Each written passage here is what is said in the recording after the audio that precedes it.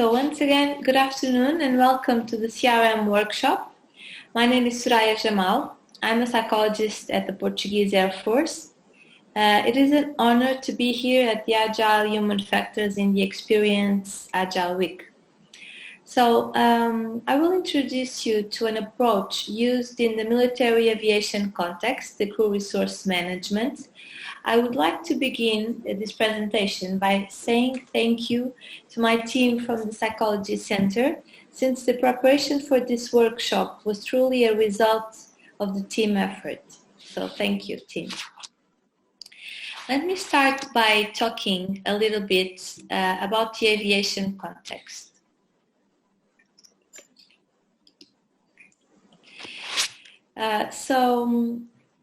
The aviation context is a complex system with several factors at stake, and we could say that flying has to do with skill, with planning, with maintenance, and sometimes with luck. And the trick is to reduce the luck by increasing the others. The origin of CRM goes back to the 70s, a time when NASA was deeply involved with aviation safety. During this decade, several aviation accidents were highlighted because different crews were showing multiple distractions that led to a series of errors and consequently to severe accidents. One of these examples is the accident at Tenerife in 1977, when two aircrafts collided during a failed takeoff maneuver, killing 583 people, the deadliest accident in aviation history. Several experts were involved in the accident investigation, which found communication errors, hasty and incomplete procedures, and lack of assertiveness in the face of poor decision-making by a more experienced commander.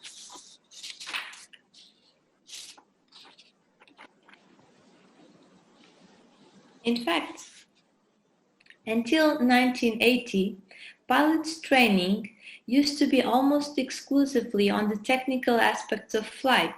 In view of this frequent scenario of accidents involving non-technical issues, several reports and studies considered that human error was the primary cause of about 60 to 80% of aviation accidents. Now, I know that this data seems very old, since it's 1984, but this hasn't changed so much. In fact,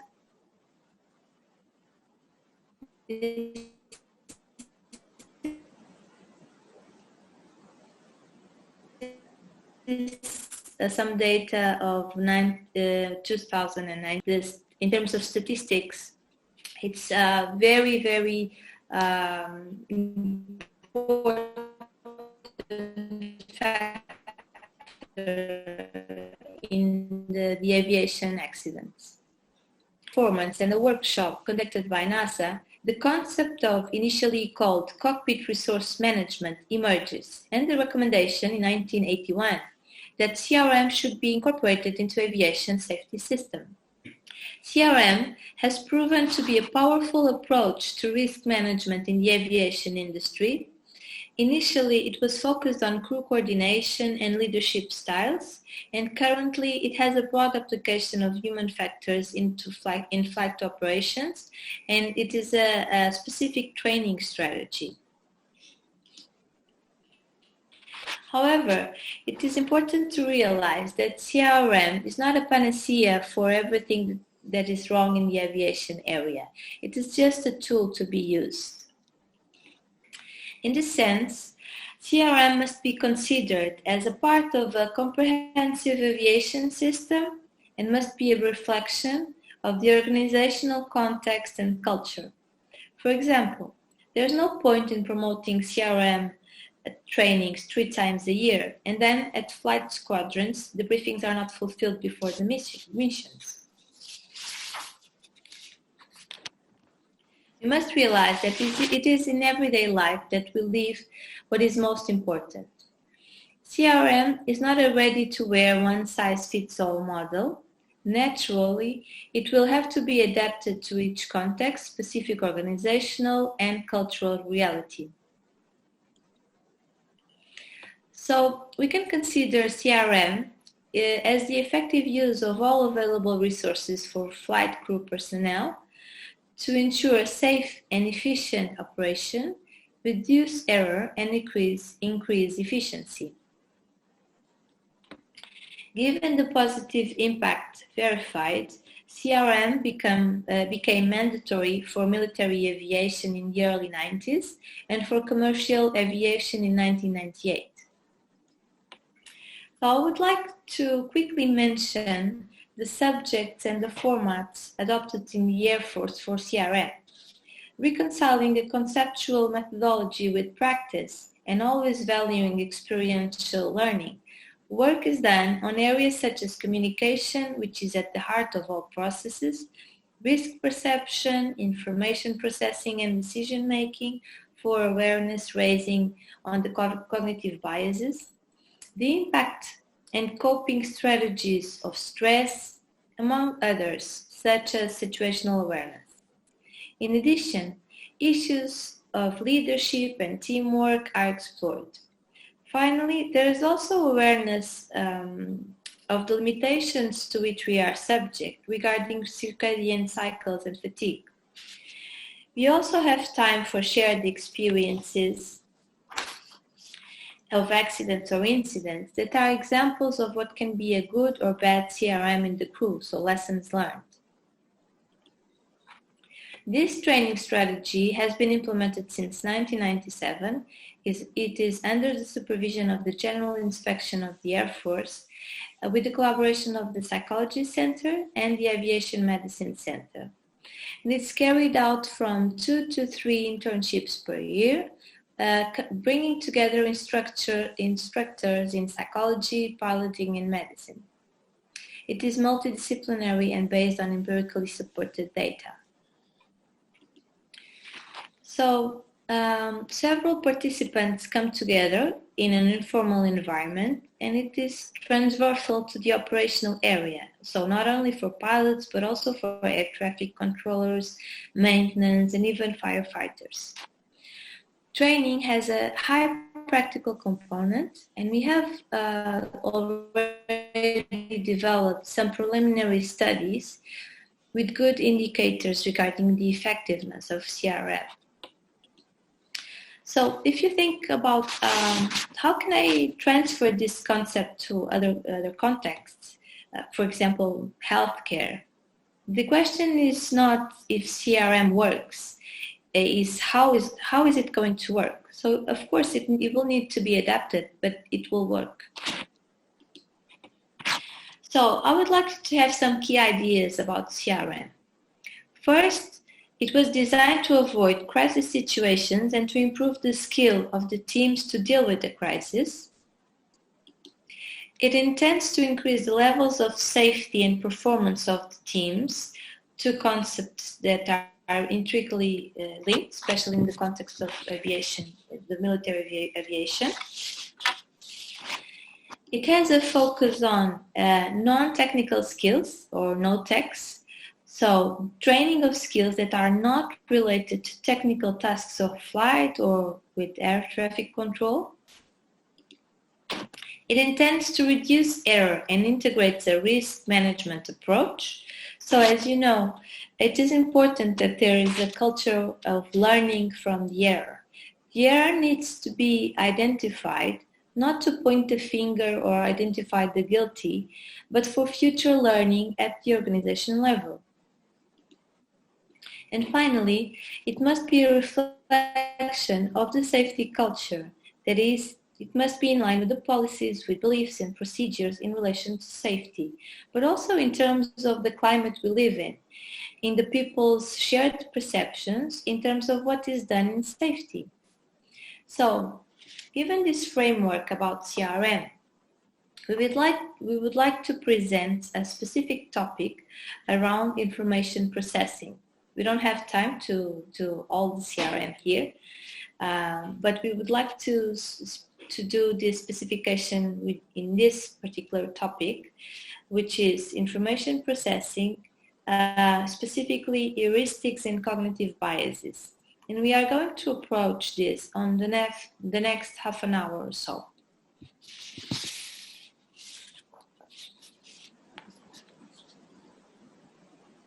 I don't know if you've heard already of the term heuristics and cognitive bias. I'm sure you did already. And heuristics are mental shortcuts.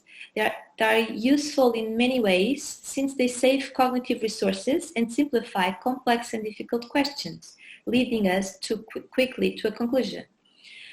However, while heuristics can speed up our problem and the decision-making process, they can introduce errors, leading us to cognitive biases, which are mental associations without awareness, intention, or control.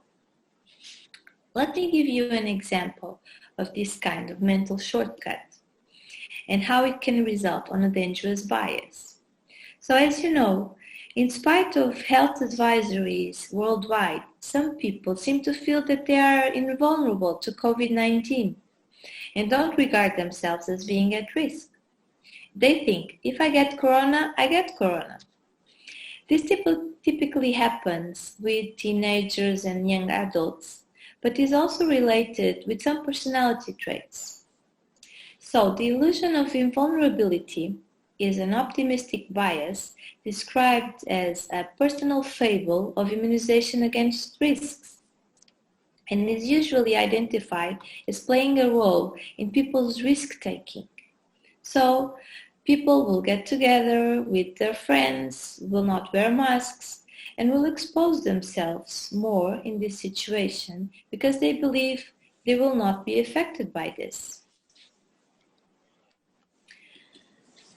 So I don't know if you have any questions. I've done this introduction about heuristics and cognitive biases. And now, after this introduction about CRM and this topic, I would like to start the practical component. So we are giving you a case study with a description of different everyday life situations in the workplace. And using the table of heuristics and biases that I put on Slack, I don't know if you have access to it. Vitor, do you have access to the documents on Slack? I believe so. I'm going to check. Okay, please do. Telmo, welcome.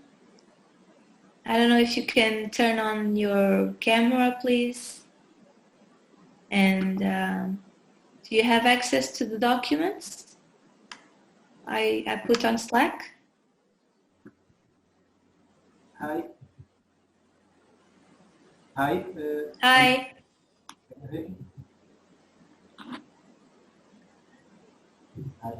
I don't have access at documents, so I have to configure my webcam. So okay. At the moment I can't turn on. No problem.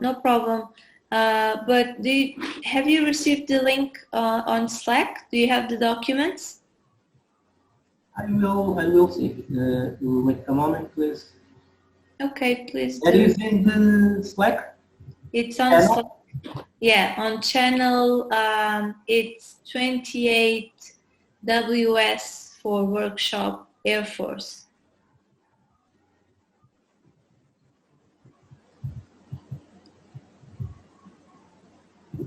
So you will need the documents to read. Yes, I think the document.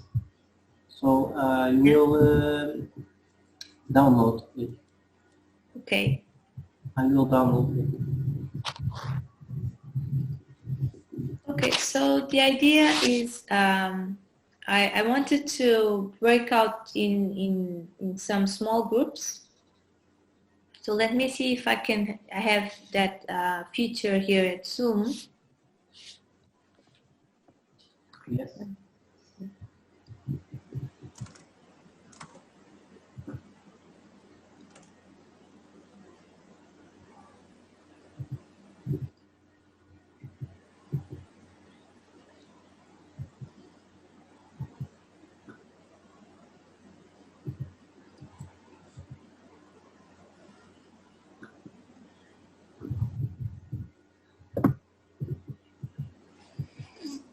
I need some help here because today is the first time I'm using the Slack. You sent or I received an email with those documents, is that? Well, it's not an email. You probably received an email with the link to Slack. Okay, I'm in the Slack, yes. You're in the Now, Slack. Okay. where I get the documents or where are... So I will write the name of the channel and you will search for it. Oh, okay. Okay, and I'll do that. Just 1 minute, please. Okay.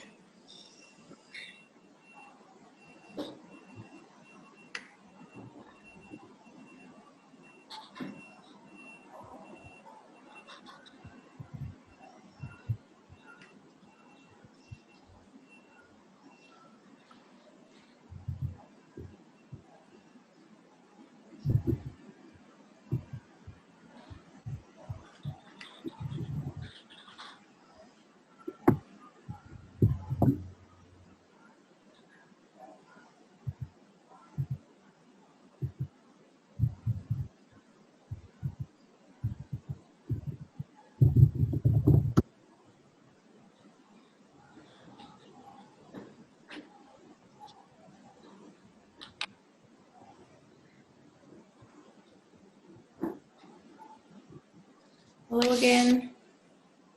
Hello.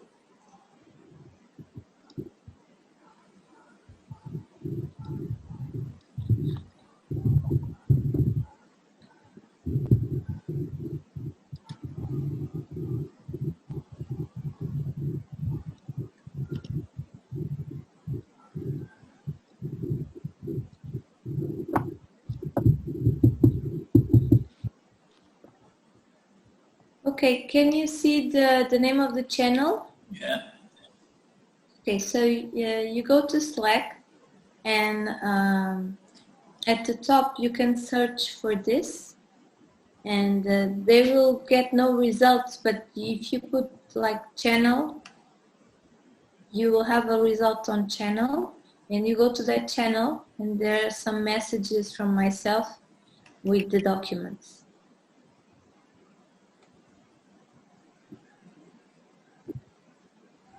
It's just one document. No, it's 3 documents, 3 PDFs. 3 PDFs? Yeah. One with instructions, another one with the case study itself, and another one with table of heuristics. Okay.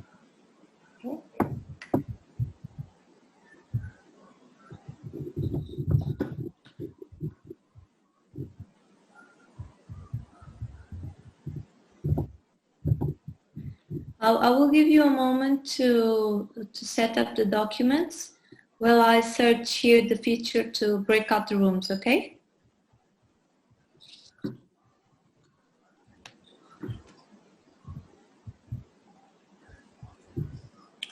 already seeing the documents. You've seen them, right? Yes. Yes. Great, great.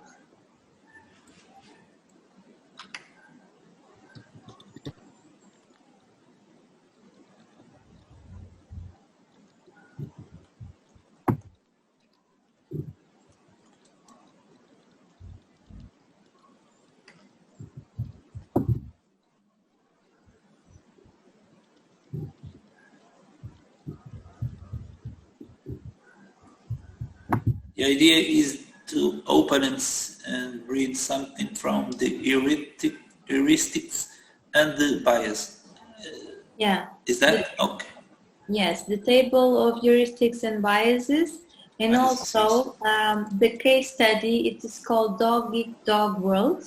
Okay. So that's the case study, and you have a different document with the instructions. But the instructions are very simple. It's just read the case study, and using the table from the heuristics, you should find at least 4 heuristics or biases. Okay? And since we are not so many, you can do it just individually, just read and try to identify, and then we will discuss in group. Okay? Okay.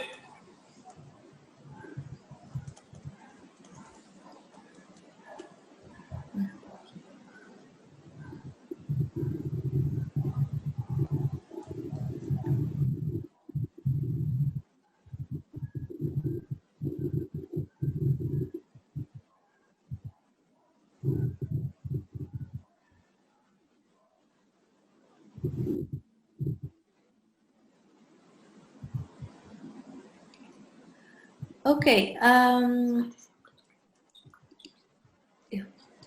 I already have the feature of the breakout rooms, so I would like you to work in pairs or in small groups. Is that okay? So I can say it in Portuguese. Vitor, Telmo, eu tenho aqui a funcionalidade de dividir-vos em pequenos grupos, que não tinha há pouco. Portanto, acho que era mais proveitoso se fizéssemos isto em pequenos grupos e dividia-vos agora para que discutissem em conjunto e para que juntos analisassem o estudo de caso e identificassem as heurísticas consoante a tabela. O que é que acham? Pode ser? Sim. Tudo bem? Pronto, e a ideia é durante, penso que 25 minutos será suficiente para lerem com calma o estudo de caso e identificarem as heurísticas. É tudo com base no Hit Dog World. Sim, é o Dog Eat Dog World, portanto esse é o caso de estudo, e depois tem outro documento que é a tabela com as heurísticas, com a definição de cada heurística para ser mais fácil de identificarem. Ok. Então, eu vou-vos dividir, está bem? Obrigada, até já. Depois, se conseguir, visite cada um dos grupos.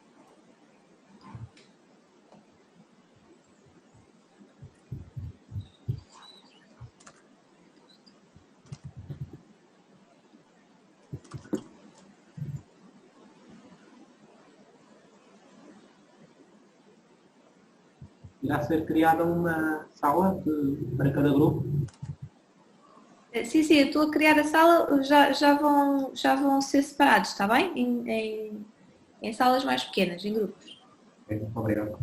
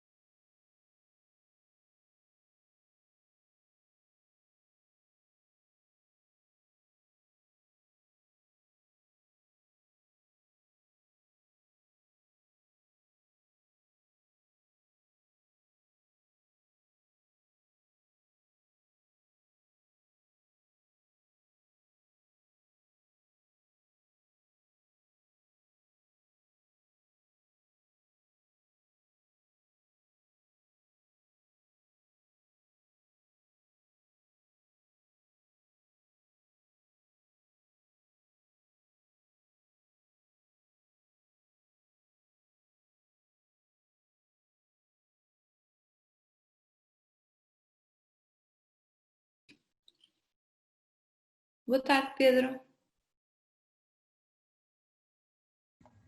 Boa tarde. Consegue ouvir-me bem?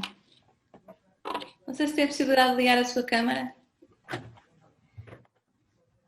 Só um bocadinho.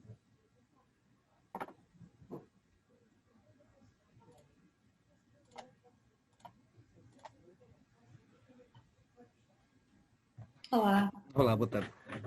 Claro. Portanto, nós estamos em plena parte prática aqui do workshop, mas se calhar posso integrá-lo num dos grupos e assim apanha aquilo que foi discutido, ou pelo menos a parte prática do caso, se tiver interesse. Sim, sim.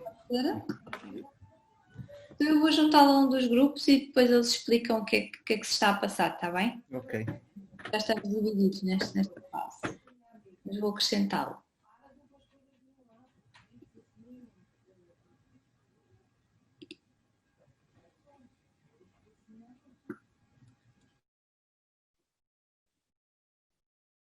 Deve ter recebido aí uma mensagem para ingressar na sala.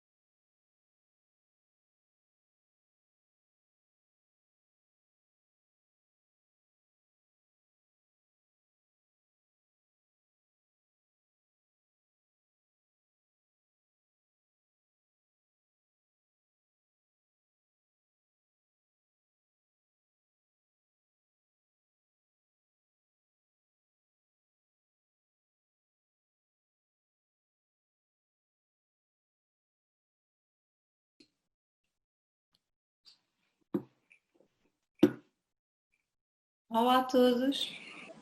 Ora viva. Cá estamos novamente. Bem? Olá. Sim. Fazer isto em 25 minutos foi um desafio. Foi um desafio, não é? Mas agora, se calhar, discutimos agora em grupo. Ok. Pode ser proveitoso também, na mesma vez também somos poucos. Ok. Poderá ser proveitoso. Então, se calhar começamos pelo Vítor, pelo Telmo e pelo Pedro.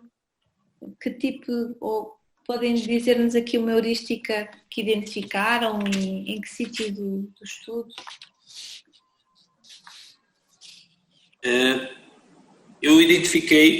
Nós identificamos a última situação, o self-serving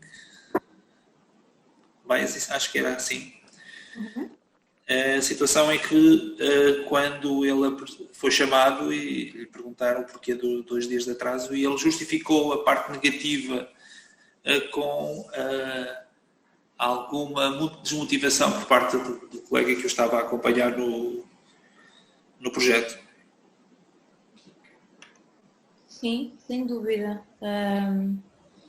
E o que é que vos levou a identificar essa parte como o self-serving bias? Pela descrição que está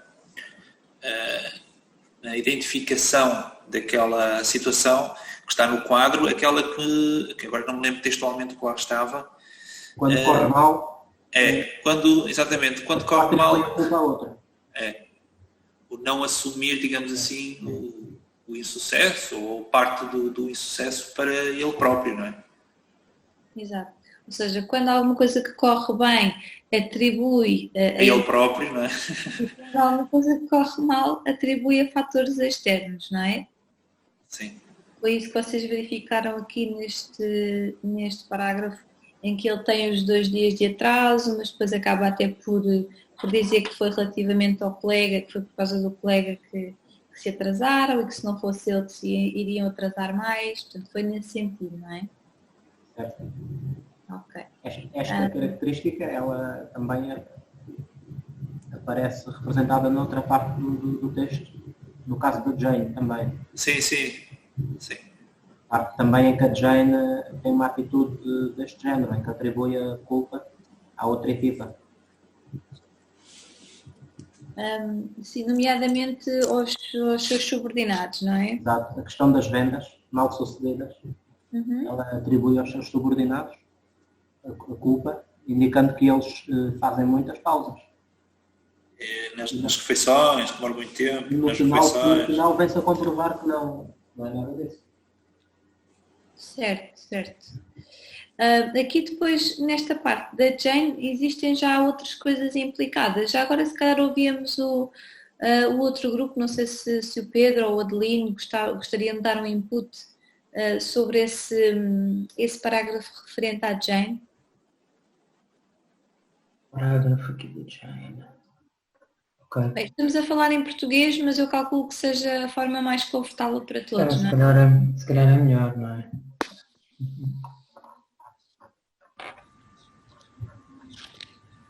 Eu aqui, a Jane, nós tivemos aqui a analisar o caso da Jane e depois ela de facto acaba por eu estava aqui a ver o caso e dá a ideia que ela acaba por confirmar aquilo que estava à espera que as pessoas fizessem, não é? Quando ela refere aqui a questão que o penso que foi como é que se chama? O Vítor que referiu da equipa dela demorar muito tempo nas pausas, etc. Acaba por confirmar um bocado a expectativa que ela tinha, não é? Que o insucesso da equipa se devia ao facto da equipa ser um pouco, isto é um termo um bocadinho coloquial, mas um bocadinho preguiçosa, não é? Não muito investida. Portanto, ela acaba por associar essa constatação, aparente constatação, de eles demorarem muito tempo no almoço, à ideia inicial que ela tinha, que de facto a equipa era um pouco menos proativa, vá lá, que aquilo que ela desejaria. Portanto, eu acho que isto tem um pouco a ver com este enviesamento que temos aqui no fim, que é o enviesamento de confirmação, não é? O confirmation bias. E depois, no fundo, também a receita que ela tem, digamos assim, ela é muito rígida e que não olha às coisas que a rodeiam. Ela vai por aquele caminho, acredita naquele caminho e acha que aquilo é o único caminho para o sucesso, que é hard work e equal success, mas nem sempre. Exato. E então esse insucesso procura justificá-lo com outras situações. E não entrará também o availability heuristic, ou seja, ela toma logo como uma ideia que a equipa não se está a esforçar o suficiente? Sim, aqui, só para vos dar aqui uma ideia, de facto, já lá vou ao que o Pedro está a dizer, ao que o Pedro Faísca está a dizer, está bem? Só resumindo aquilo que foi dito anteriormente, portanto, há aqui, de facto, uma crença de base da Jane, que é o trabalho árduo equivale a sucesso, e depois ela, no fundo, vai procurar naquilo que a rodeia pistas que confirmem essa sua crença inicial, não é? E vai desvalorizar tudo o resto, tal como vocês também disseram. Aquilo que o Pedro Faísca está a referir pode criar, de facto, aqui alguma dúvida e acho que encaixa também, não sei se era exatamente essa que se estava a referir, Pedro, mas penso que sim. A availability heuristic, portanto, no fundo, ela vai... perante uma evidência e perante um acontecimento que é recente, nomeadamente eles demorarem mais tempo, penso que era nos intervalos, não é? Almoço. Nos intervalos do almoço, portanto ela tem essa informação disponível e vai fazer esse julgamento.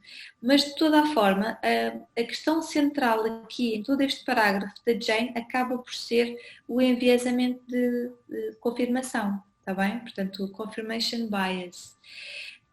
Ao longo do resto do texto, mais alguma heurística? Já identificámos aqui duas, não é? Confirmation bias e o self-serving bias. Nós tínhamos pedido 4, assim rapidamente, o que é que viram mais?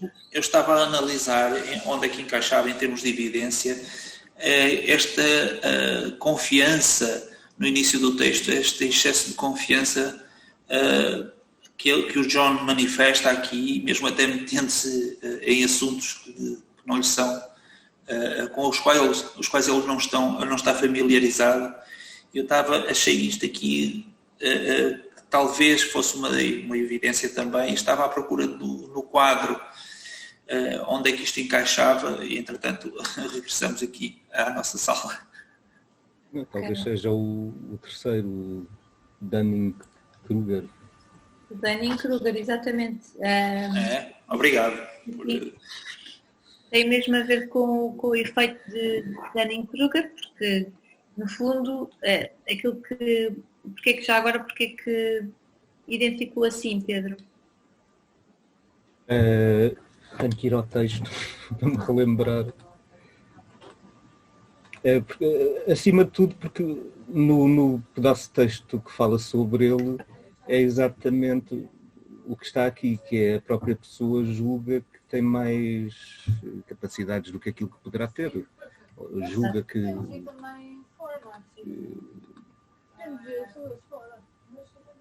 Está-me a faltar a palavra.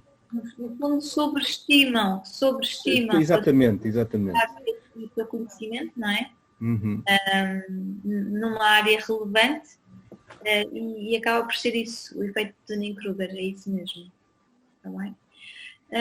Então, e o Pedro Piedade ou o Adelino querem dar aqui depois também algum outro input, uma vez que falta um, não é? Falta uma heurística. Tínhamos pedido 4.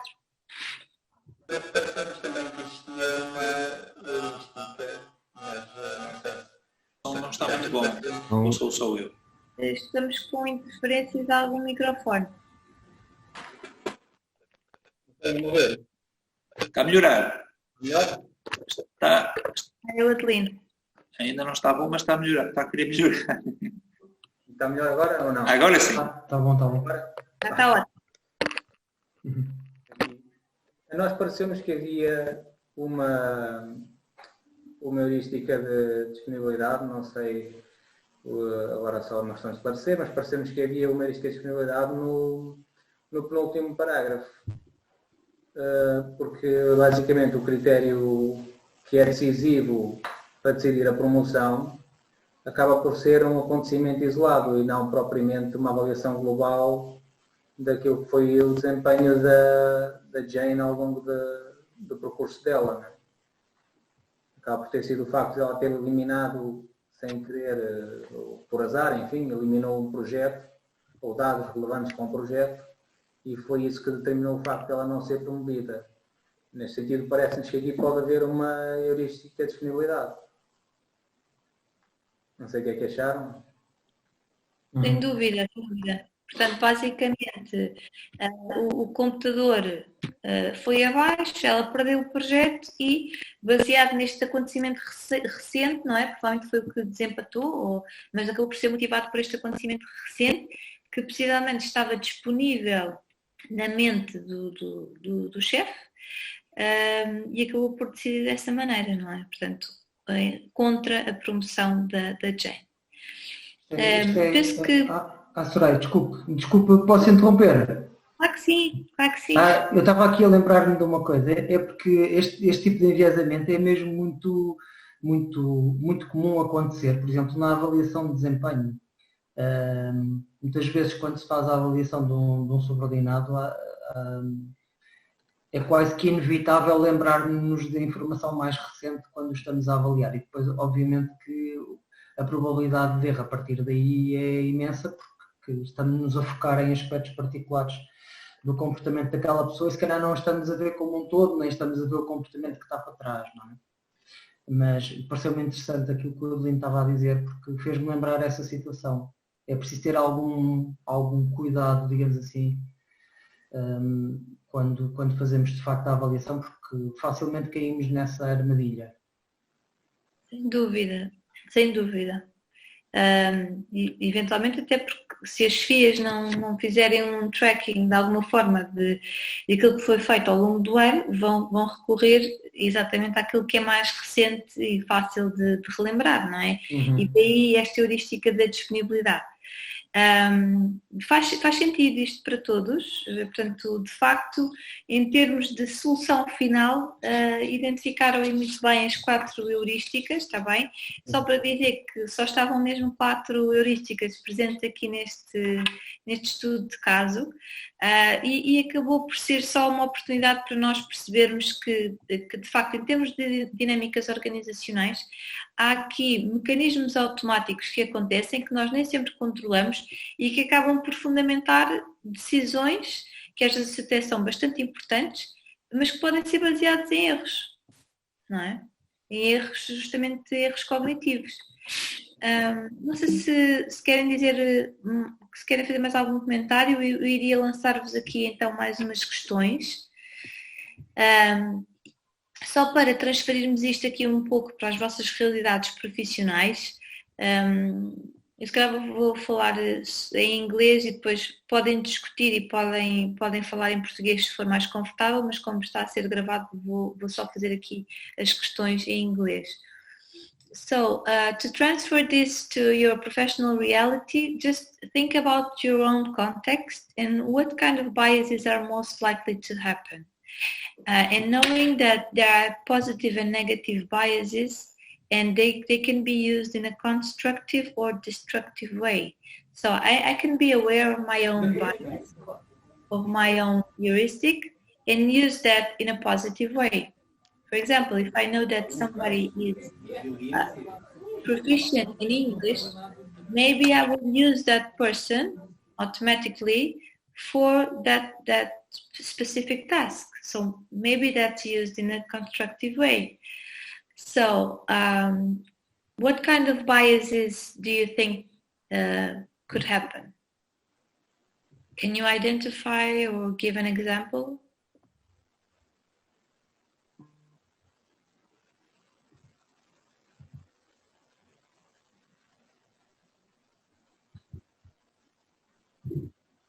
Podem partilhar em português.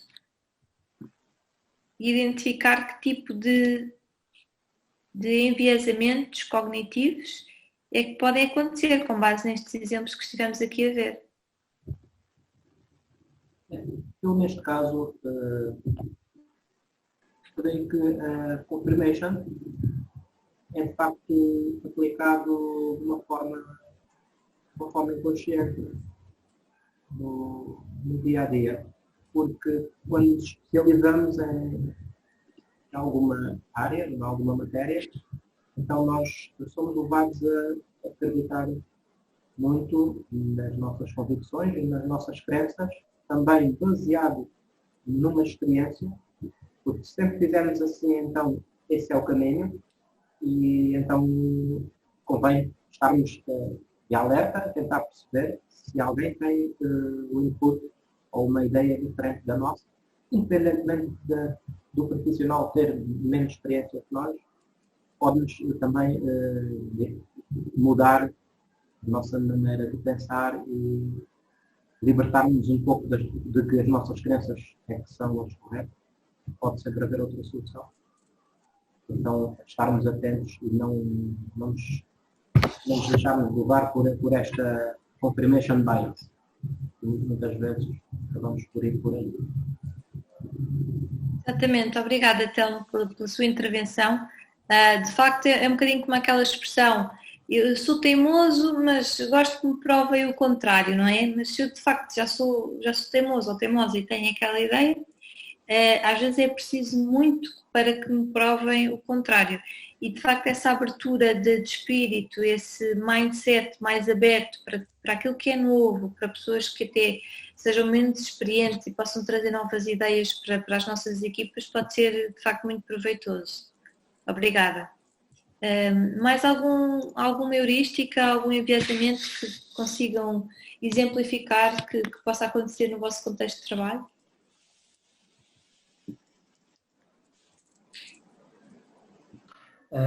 Eu estava aqui a pensar nas heurísticas de que falámos no caso, transpondo agora para as questões que são aqui colocadas relativas à performance e à segurança nas organizações.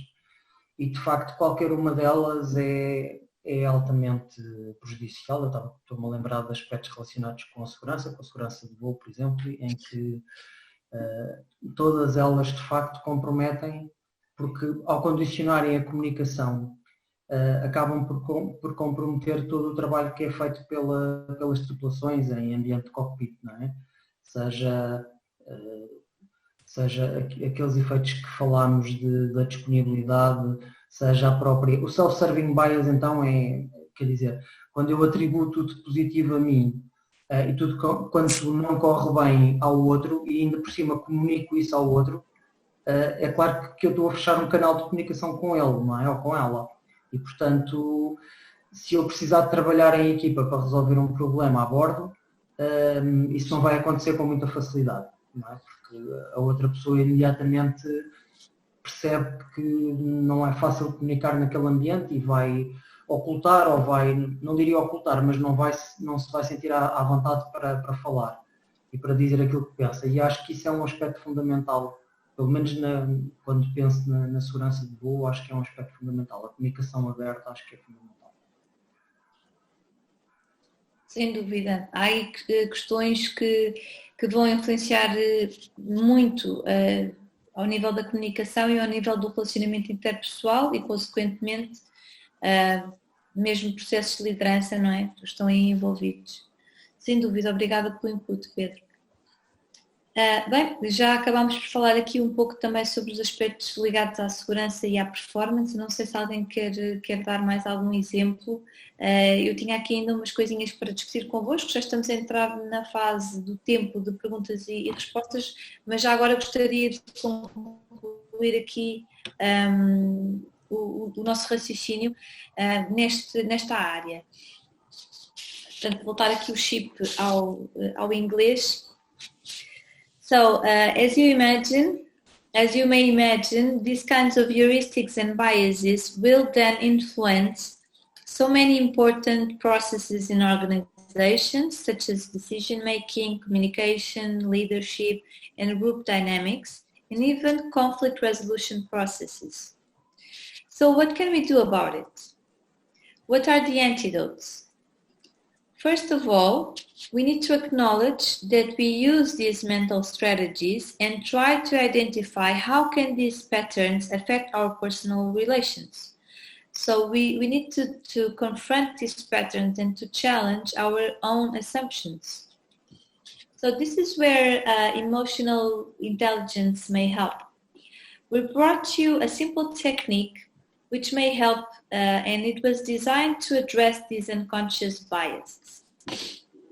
So pause is the acronym for P, paying attention to what is happening beneath the surface. So what is happening on my mind? Why am I thinking automatically about this? For example, if someone gives me a handshake, which is softer than I'm used to, what will I think? Oh, this guy is really soft and fragile and passive, right? This is like goldfish. But that's a judgment, actually. That's my interpretation. The fact is that he is giving me a handshake that is softer than I'm used to. So this is like P, and also A. Acknowledge your own reactions, interpretations, and judgments. So on the acknowledgement, you are noticing your own reactions. You understand the other possible reactions, interpretations, and judgments. So which are the alternatives to my way of thinking? Are there other interpretations? Are there other reactions possible? Then S, search for the most empowering, productive way forward. And finally, E, execute on the plan. So, pause is actually a technique that will help to raise the awareness about unconscious biases. And finally, what is the challenge? How to develop high-performing agile teams. And this is how we relate to the agile concept in the agile teams. So I believe these teams seek continuous improvement and are not afraid of transformation and simplicity. So it's about raising the awareness on what we know and on what we don't know, and taking advantage, in this case, of experiential training with diversity in the teams.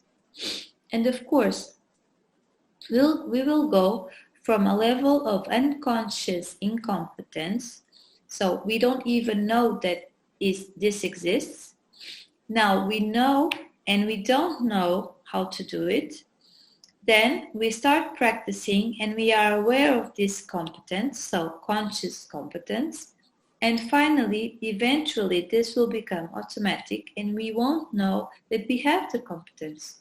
So as we practice, this eventually can become automatic and we don't even think about it. That's why it's unconscious competence. Okay? So this is it. I hope you've had a glimpse of what is CRM, of what is heuristics and cognitive biases, and how this can work and condition and affect these organizational processes and the teams. And I leave you with a quote on the creation of safe and excellent environments where the well-being, which is closely linked to performance, is promoted. We often find ourselves experiencing moments when organizations and teams are being challenged, when each person plays an important role in their context and is a key player in this context. So CRM can be an appropriate approach to prepare teams for moments of uncertainty and ambiguity like this. Thank you so much. I will leave you with some comments, questions, and answers. Obrigada. Aguardo então as vossas questões. Estejam à vontade.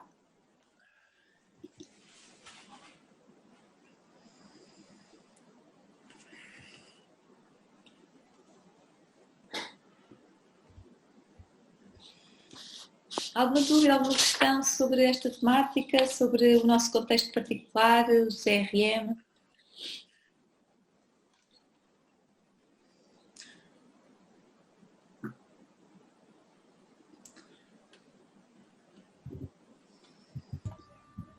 Parece que não.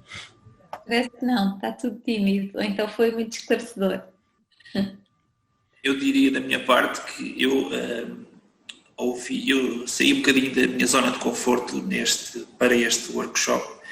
Eu ouvi aqui uma série de novos conceitos, novas ideias, coisas novas. Eu ainda estou a processar, digamos assim, toda esta informação, que para mim, de certa forma, faz sentido. Faz sentido na minha cabeça e, ao mesmo tempo, faz sentido também, associado a isso, tem para mim muito interesse. Acho muito interessante. Mas, como disse, ainda estou a processar. Ainda não me está a surgir assim nenhuma questão assim que possa colocar. Talvez ouvindo as questões dos restantes, me possa também ajudar a surgir alguma questão na minha cabeça e que a colocarei assim que me for oportuno. Claro que sim, obrigada, Vítor. Pronto, eu devo dizer-vos também que foi disponibilizado também no Slack um documento com as heurísticas e os antídotos. Pronto, uma vez que nós não tínhamos também tempo de aprofundar aqui heurística a heurística, nós disponibilizamos esse documento no Slack e, portanto, para cada heurística falada existe aqui um antídoto, no fundo acaba por passar por uma reflexão também pessoal de como é que podemos travar este tipo de mecanismo automático, está bem? Em termos de pensamento. Já agora uma pergunta, e onde? Ou seja, que o Slack é demasiado novo para mim. Ok. Mas entrou no Slack, não foi? Entrei no Slack, consegui ver os documentos do exercício. Ok. Conseguiu ver os documentos do exercício? Sim. Pronto, então há uma das mensagens, eu partilho 3 documentos, que são os documentos que vocês utilizaram agora para o case study. Ok, já e depois mais abaixo mando um outro documento que é uma tabela. Sim, heurísticos e os antídotos. Exatamente. Ok. Outra pergunta, como eu não acompanhei o início, esta apresentação está disponível ou vai estar disponível em algum local? Ela foi gravada e, portanto, a organização irá disponibilizar todas as gravações. Ok. Não se falar aqui muitos mais pormenores, porque faz parte isso é da organização, mas já me informaram que de facto está tudo a ser gravado e vai ser disponibilizado. Eu também tenho essa informação. Exatamente. Ok, mais alguma questão, algum comentário? Em relação a questões, não tenho. Sobre comentários, posso deixar aqui o meu comentário. Foi positiva esta sessão. Eu sou da área de informática, estou um bocadinho também fora de mão, como o Vítor, mas acho que sim, estes conhecimentos devem e aplicam-se de modo transversal a qualquer setor profissional. E também despertam-nos a atenção para irmos corrigindo tendências que vamos ganhando, né, como seres humanos. Temos às vezes tendência em repetir e seguirmos o padrão que achamos ser o correto, mas então há sempre os entendidos da matéria que despertam-nos e fazem com que nós passemos uma reflexão e então possamos encontrar o caminho correto. Sem dúvida, Telmo. Muito obrigada. É positivo e é para continuar. Já agora também em termos de comentário, embora eu não tenho pessoas a cargo, mas os temas que falamos hoje, principalmente não a parte do CRM, mas esta última parte, eu particularmente achei muito interessante. Porquê? Porque se formos ver bem as coisas, são coisas que se passam no nosso dia-a-dia, à nossa volta, não é? E a gente nunca as olhou, nunca as analisou sobre este ponto de vista. Mais, se calhar, mais analítico, sob o ponto de vista da avaliação e dos comportamentos, não é? E vendo-os, assistindo a esta apresentação e pensando naquilo que acontece no nosso dia-a-dia, fazendo essa ligação, faz todo o sentido e ao mesmo tempo desperta-nos para essas coisas. Também por esse ponto de vista, esta sessão achei muito interessante sob esse ponto de vista também. Obrigada, Vítor. Sim, há aqui uma série de enviesamentos e de erros que nós podemos aplicar. E que acontecem no nosso dia-a-dia. No nosso dia-a-dia, exatamente. Desde o contexto familiar, contexto pessoal. Sim, sem dúvida. A sensação com que se fica é de que